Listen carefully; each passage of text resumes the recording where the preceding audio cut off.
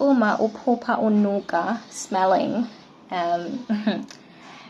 ngichaza ukunuka ikhala, kuyasho ukuthi, ngasho ukuthi kuyadependa ukuthi iphunga elihle noma iphunga elibi. Ngizoqala ngephunga elimnandi, ukuthi iphunga elimnandi li-describe noma litshela ukuthi there's a heavenly presence, kuney'ngilosi, kunomoya oyingcwele, kunoNkulunkulu, so kusho into enhle kakhulu. Ngingasho nokuthi futhi unesiphiwo sokuhlukanisa imimoya.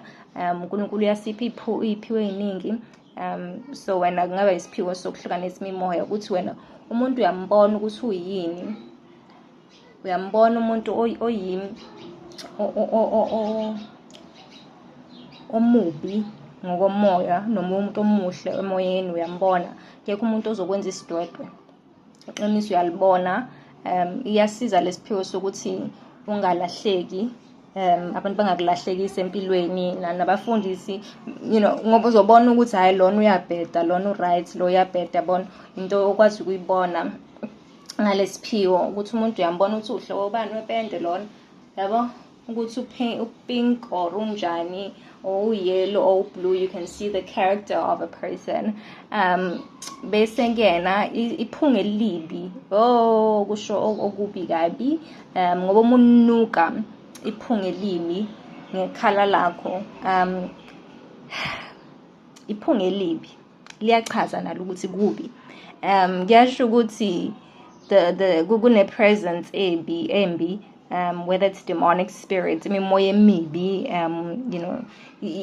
akukho kuhle nje, so the environment evelayo lapho khona nakhona ingachaza ukuthi okay, kumele ubhekisise kahle empilweni yakho ukuthi yini engakhoza, engadala ukuthi kube nephunga elibi empilweni yakho, ukuthi ungahogela iphunga elibi, unganuka iphunga elibi, livelaphi, lenziwe yini, ngoba alivele livele nje.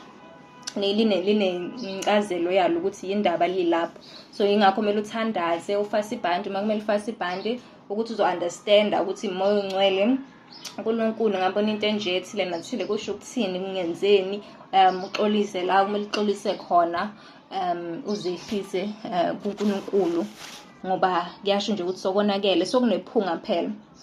Fana nokuthi uma uwonile, ubhedile lapho nalapho, mhlawumbe wenze into esile engahambisani noNkulunkulu, ayiveli inyamalale phela. Kufana nesona, ngithi asivele sinyamalale, siyakhula. Uma futhi ungazehlisanga wacela uxolo, siyakhula.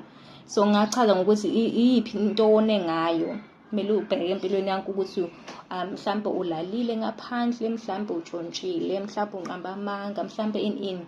Ungakhohlwa nokuthi izono ezabanye abantu nazo ziyabuya, yabo, ukuthi as a family, yabo, umndeni, ukuthi umama wenzeni, ubaba wenzeni, ziyabuya nazo. So uma ukuthi sokunephunga, kuyasho ukuthi hawu sesakhula. Kufana nodoti, uma uyekelile wangawuchitha, iphunga liba khona emgqomeni wodoti. Udoti awunuki nje nge-1 hour, uvamise ukuthatha isikhathi. So ungaba uNkulunkulu eveza ukuthi hawu sokuhlale kwaze kwanginukela kwabangaka, sokumoshakela, mhlawumbe sokunaney'mpethu. Uma kuwukuthi ufuna ukuzwa more ngale subject lena, like, usubscribe, ucommente,